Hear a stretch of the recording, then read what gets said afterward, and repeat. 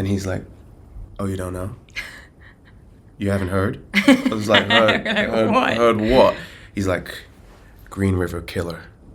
Look him up. I'm like, okay. Someone's following us. Saint Christopher, protect me today.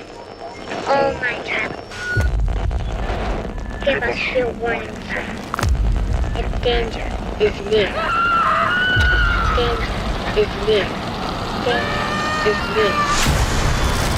While you were doing a lot of graveyard shifts, I heard that some spooky stuff started happening while you were filming at night. I was wondering if you could give me a few examples that will stay with you forever. I mean, there was this moment where we'd got done about 3 days shooting in the middle of this forest, in the middle of nowhere, on the highways and byways of Washington State. And I go up to one of the producers and I'm like, yo, there's a weird vibe here, right? There's a weird vibe in this location. And he's like, oh, you don't know? You haven't heard? I was like, heard what? He's like, Green River Killer. Look him up. I'm like, okay. So I get Google out and look him up. It's like one of the most prolific serial killers in the history of the United States. His hunting ground and dumping ground was a stone's throw away from where we had been shooting. We literally drove past 3 days. Every day to work. Yeah. So I was like, oh, that would be what the weird vibe is. Yeah. Oh, We also I think had so. the sign where our base camp was. With the first night I pulled in and I'm like, and it literally says like ghost town of Franklin, Washington, and I was like, where are we? Where are we? I was so confused. It was crazy. I was like, I don't even know what that means. I didn't want to know. Why there's a sign for it? Yeah. Like, yeah. But we used it, and hopefully we funneled that into this fear and movie. feeling of being petrified right into the screen. I saw these on the car last night. 3 scratches just like that. You didn't stop, did you? It's something unholy.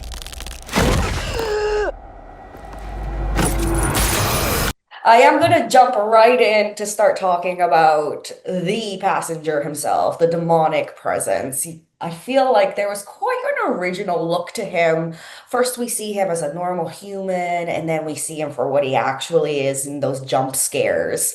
Could you walk me through a little bit about what was your thought process to get to that final demonic look? I mean, it's always a journey with these kind of characters, but I really wanted, and so did the producers, really wanted a human manifestation of a demon.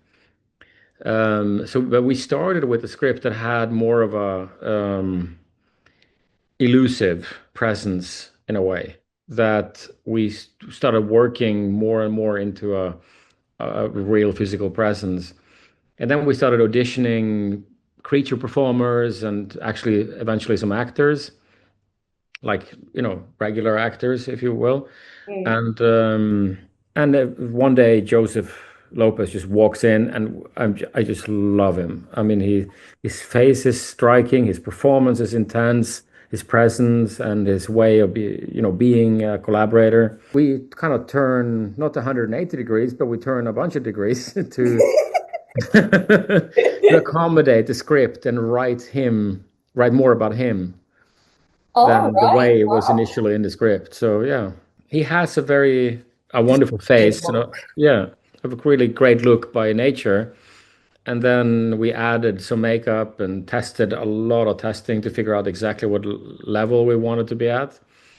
And of course, eventually he becomes his demonic presence towards the end of the movie.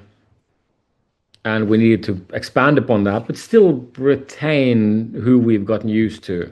So we didn't want to explode into a completely different character, but still make sure that it's the same person. Oh, no way.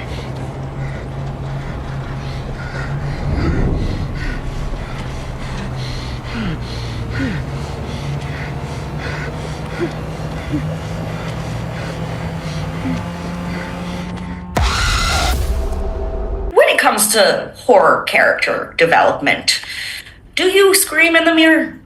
That's a really good question. Even in the mirror. See, I didn't know. I mean, when I wake up every morning, I'm You're like, screaming. yeah. You know what's funny? I think I tried to do a lot of like playing the reality of the situation because like it really is scary. Like, I mean, take the demon side of it, but like you get stalked by some weird guy while you're living on the road and and this is all new to you and it's all like a new world to you and you're trying to explore, and it's scary. It's scary in itself. Now add the demon that adds it to it, but if you just live in like the truth of what that is, it's already frightening enough. Yeah. And I think that kind of helped us a lot. We, the situations were honest. Yeah, that van life stuff, it can be scary at times with the stealth camping and being out there. Even if you have a partner in the van with you, a lot of people do it alone. So some creepy stuff can happen. And Lou's right, you throw a demon into that mix and you got a movie.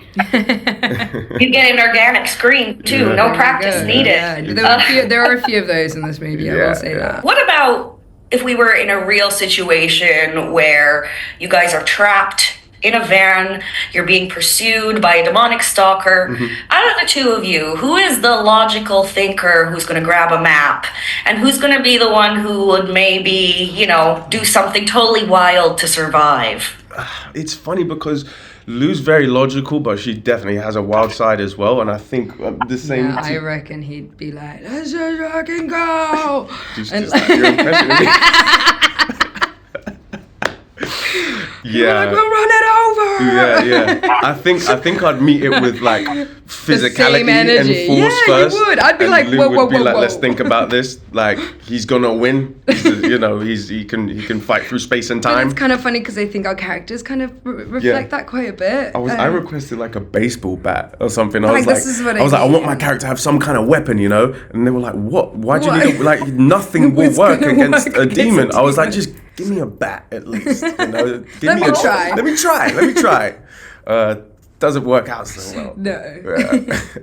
Good to know. So, Lou, you're the more logical one under pressure, and Jacob, it looks like I'm going to look at you for the wild side of things. I'm just here for a good time. I always wondered when it came to the genre of horror, which is definitely not your first rodeo.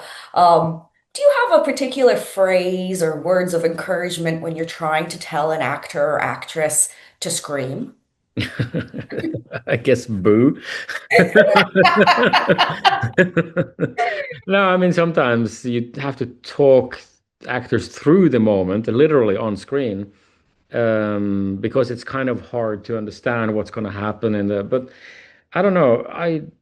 We mostly, what I like the best is, no matter what kind of scene or scenario or actors, it is to talk about the psychology of the scene in advance and understand together what it's supposed to be, the level of intensity, the reaction. Is it, talk about the aim and the goal of and then let them do it and figure it out through takes, figure out where it naturally becomes their own in a way. I hate over-directing. I'm very sensitive to over-directing, but, yeah. So maybe sometimes actors would probably say I direct too little, I feel like.